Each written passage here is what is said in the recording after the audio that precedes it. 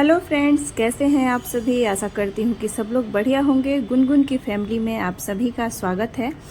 और यहाँ पे दोपहर का वक्त हो गया है, लंच वगैरह बन चुके हैं और मैं यहाँ पे खाना निकाल रही हूँ। आज बच्चे हमारे अभी जगे हुए हैं और सारे काम हो चुके हैं सुबह से। बच्चों को खिलाना नहलाना और फिर ब्रेकफास्ट वगैरह हो चुके हैं सब कुछ। मैं यहाँ रहती हूँ मुंबई में। मेरा नाम है भारती।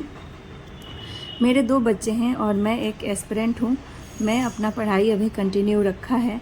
शादी के 10 साल बाद मैंने पढ़ाई स्टार्ट किया है, फिर से रीस्टार्ट किया है। और बहुत सारे ऐसी बहुत सारी वजह हैं जिनके वजह से मेरी पढ़ाई रुक गई थी। अभी मैंने फिर हिम्मत जुटा करके अपनी पढ़ाई स्टार्ट करी हुई है और यहाँ पे मैं अपना अभी दोपहर का लंच निकाल रही हूँ। उसके लिए मैं यहाँ पे सलाद बना रही हूँ। यहाँ पे मैंने ना ये जो पत्ता लिया है ना,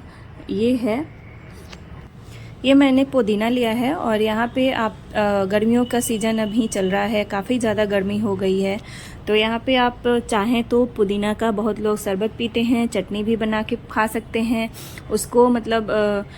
थोड़ी सी चटनी बना करके उसमें नींबू पानी, जीरा और फिर काला नमक वगैरह डाल करके भी बना करके उसका जो रस टाइप का होता है उसमें आइस क्यूब डाल के वो भी खा सकते हैं, पी सकते हैं सॉरी। और यहाँ पे देखिए उस पेट के लिए बहुत ही ज़्यादा ठंडा रहता है और हम लोग ज़्यादातर इसे सलाद में यूज कर लेते हैं, क्योंकि अब हरी हरी पत्तियों को आप ऐसे ही नींबू वगैरह निचोड़ करके और चाट मसाला डाल करके खाएंगे ना तो काफ़ी बढ़िया लगता है सलाद में।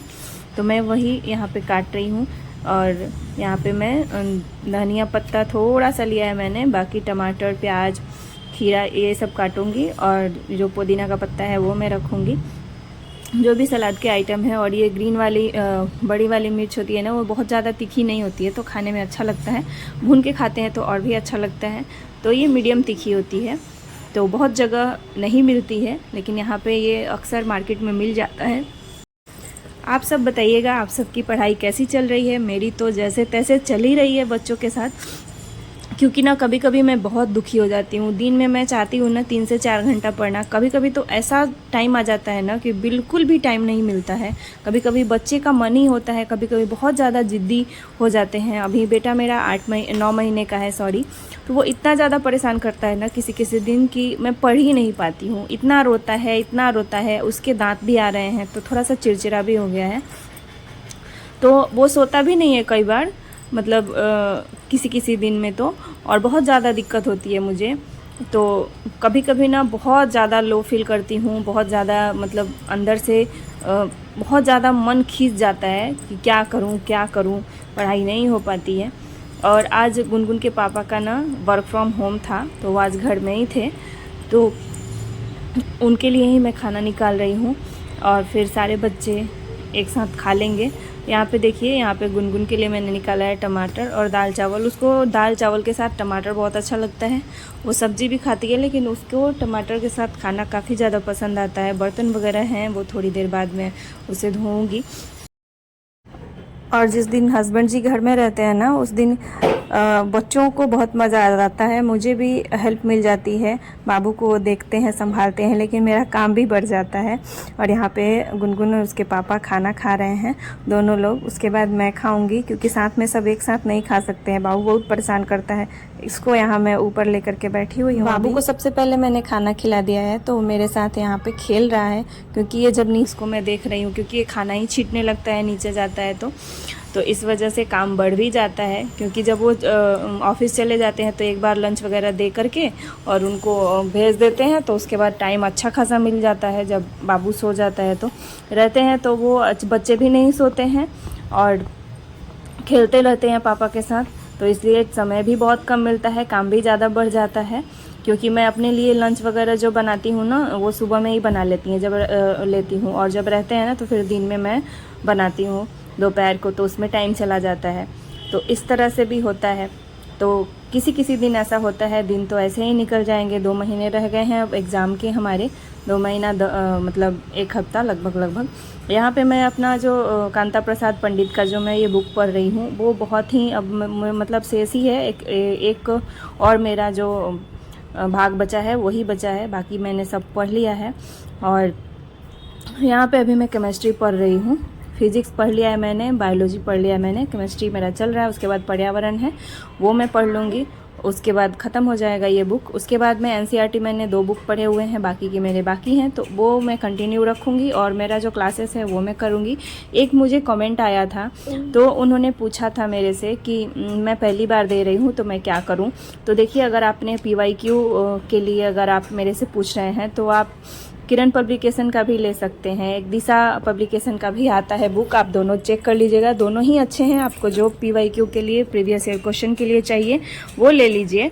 और अगर आपका बेस मजबूत है, एनसीईआरटी आपने अच्छे से पढ़ा हुआ है पहले से, अगर आपकी पढ़ाई कंटिन्यू हो रही है, मुझे नहीं पता कि आपकी शादी हुई है या नहीं, तो आपका पढ़ाई अगर कंटिन्यू है तो आपका सिर्फ यूट्यूब पे बहुत सारे ऐसे वीडियोज़ मिलेंगे जो आप टॉपिक वाइज अपना जो इसका सिलेबस है सीटेट का वो नोट करके और हर टॉपिक का अलग अलग से टीचर से भी क्लियर कर सकते हैं, या कोई एक टीचर आपको अच्छा लगे तो उनसे भी कर सकते हैं। मैंने सचिन सर का बैच लिया है, मुझे वो अच्छे लगते हैं, उनकी बात समझ में आती है, तो इसलिए मैं वहीं से अपना पढ़ाई करती हूँ। तो अगर आपको बैच परचेज करना है तो आप वो भी कर सकते हैं, अगर आपके एनसीईआरटी मजबूत है तो। लेकिन PYQ मस्ट है। और एक चीज़ मैं आप सबको और बता देती हूँ कि अगर आपको मॉक टेस्ट लगाने हैं बहुत सारे, और उसमें बहुत सारे एग्ज़ाम के जितने भी गवर्नमेंट जॉब या प्राइवेट जॉब के एग्ज़ाम होते हैं, अगर आप जिस भी फील्ड में हैं तैयारी कर रहे हैं तो आपको बहुत हेल्पफुल होगा। मैं ये कोई ऐड नहीं कर रही हूँ, मैंने ये किया है इसलिए मैं आप सभी के साथ शेयर कर रही हूँ। मैं टेक्स्ट बुक ऐप जो है वो मैं डाउनलोड किया है, उसको मैंने पास प्रो ऐप जो पास प्रो उसमें का एक जो होता है वो मैंने परचेज किया, उसमें 1 साल के लिए होता है। उसमें बहुत सारे आपको प्रीवियस ईयर क्वेश्चन भी मिल जाएंगे, जितने भी सीटेट के हुए हैं उसमें ऑल एग्ज़ाम के दिए रहते हैं। और मॉक टेस्ट आपको कई बार अनलिमिटेड टाइम है, आप लगा सकते हैं। तो मॉक टेस्ट और फिर PYQ आपको वहाँ से अवेलेबल हो जाएंगे। अगर कि नोटबुक वगैरह लेके पढ़ने में दिक्कत होता है, बच्चे छीनने लगते हैं, डिस्टर्ब करते हैं, तो वहाँ से अच्छे से हो पाएगा।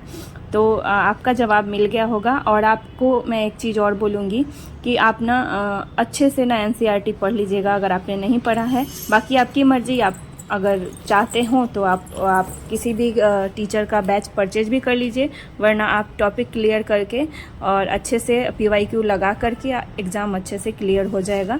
वहाँ उतना एनफ है एग्ज़ाम देने के लिए, तो आप देख लीजिएगा आपको क्या करना है। वीडियो पसंद आया होगा तो मैं ऐसे ही लाइक कर दीजिए, नए हैं तो चैनल को सब्सक्राइब